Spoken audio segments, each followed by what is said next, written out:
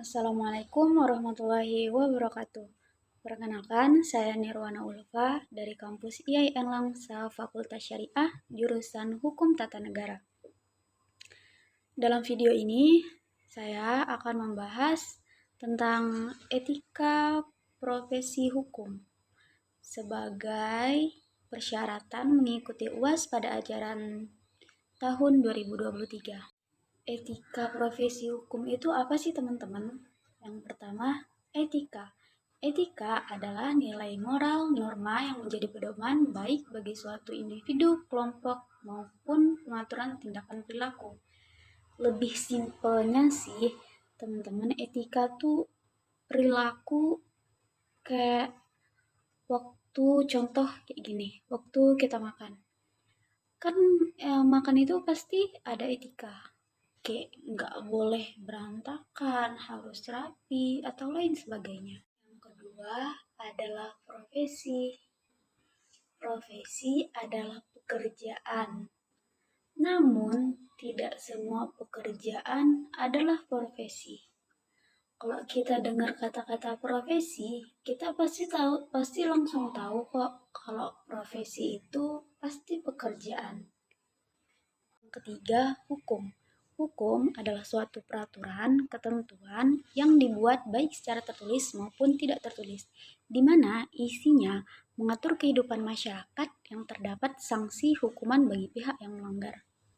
Emang siapa sih yang gak kenal kata hukum? Pasti dong, kalau kita udah tahu kata hukum, pasti kita dengar namanya ada pelanggaran dan sanksi. Oke teman-teman, mari kita bahas satu persatu etika profesi hukum, di mana yang kita bahas di sini itu benar-benar sederhana dan ringkas.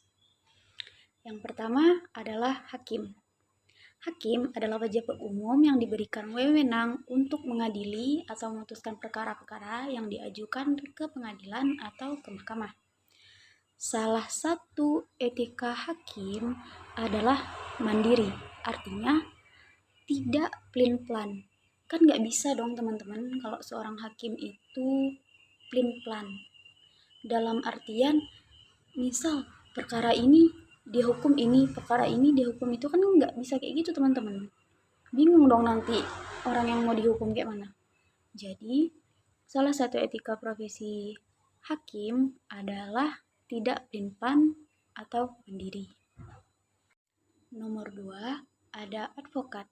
Advokat di sini itu seperti pengacara, penasihat hukum, pengacara praktek, ataupun menjadi konsultan hukum. Apa sih itu? Mereka adalah orang yang berpraktek memberi jasa baik di dalam maupun di luar pengadilan. Salah satu kode etik mereka adalah bebas dan mandiri, artinya tidak terpengaruh oleh pihak-pihak luar. Gimana dong kita kalau misalnya jadi pengacara dikontrol oleh pihak luar? Kan nggak mungkin. Kita dibayar untuk menjadi pembela atau mengadili suatu perkara di dalam. Nomor 3, ada mediator. Mediator adalah perseorangan yang menjadi penengah dalam proses penyelesaian sengketa atau yang biasa kita sebut mediasi. Mediasi di sini teman-teman kayak antara pihak A dan pihak B sebelum mengajukan perkara ke pengadilan, mereka akan melakukan mediasi. Mediasi itu, jadi seorang mediator akan menjadi penengah dari perkara mereka agar bagaimana perkara itu tidak dibawa ke ranah pengadilan. Terus gimana kalau perkara itu nggak selesai oleh mediator? Ya, caranya jika pihak penggugat tetap tidak ingin bermediasi, maka perkara itu tetap akan dibawa ke pengadilan.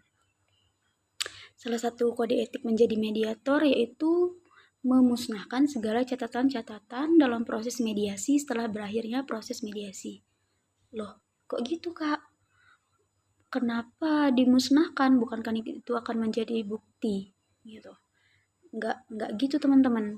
Kenapa harus dimusnahkan? Karena setelah proses mediasi itu selesai, maka perkara itu tidak akan dibawa ke pengadilan. Jadi tidak perlu lagi berkas-berkas seperti itu. cukup dengan didatangkannya saksi saat proses mediasi terjadi. Yang keempat, ada polisi atau Polri dan TNI.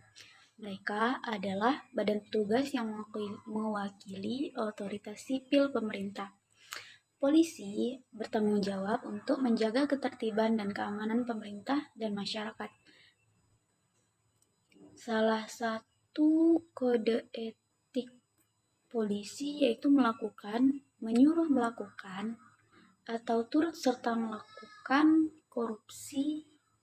kolusi, nepotisme, atau gratifikasi.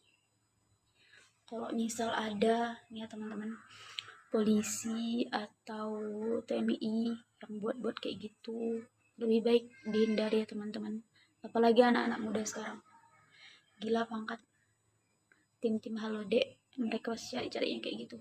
Please, dihindari. Oke, terakhir kita akan bahas gaji.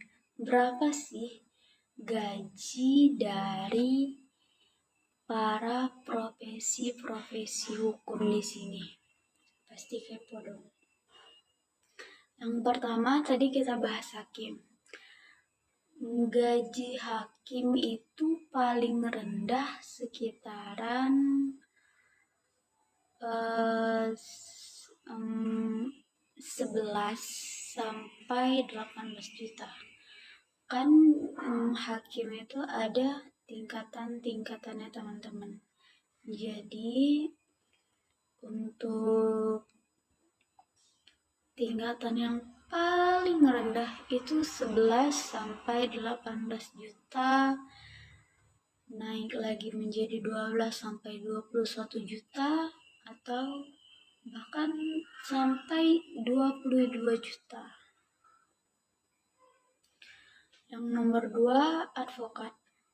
Gaji advokat itu yang masuk dalam hitungan yang kedua itu gaji dari advokat.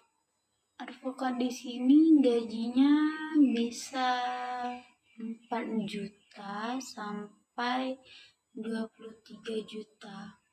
Biasanya sih yang tidak masuk dalam instalasi advokat itu bisa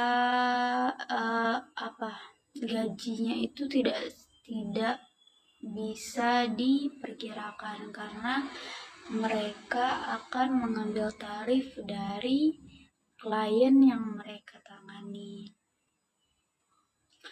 Nomor 3 ada mediator. Perkiraan gaji mediator itu nomor 3 ada mediator. Perkiraan gaji mediator itu kira-kira 4 juta. Atau bisa naik misal kayak ada tip dari klien gitu teman-teman, bisa lebih dari perkiraan 4 juta. Nomor 4 tadi ada polisi atau TNI.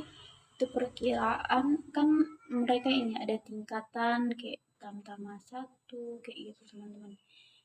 Paling rendah itu gaji pokok aja. Kita bahas gaji pokok ya teman-teman dari tadi, bukan bahas yang lain. Gaji pokoknya itu 1,6 juta. Itu kan gaji pokok teman-teman. Oke, terima kasih. Berakhir sudah tugas uas saya kali ini. Terima kasih. Bapak Isep ya. Sampai di sini saya ucapkan terima kasih kepada Bapak Nanda Herizal Putra sebagai guru MK Etika Profesi Hukum di semester 4 kali ini, karena telah membimbing saya pada 1 semester ini. Sekian dari saya. Assalamualaikum warahmatullahi wabarakatuh.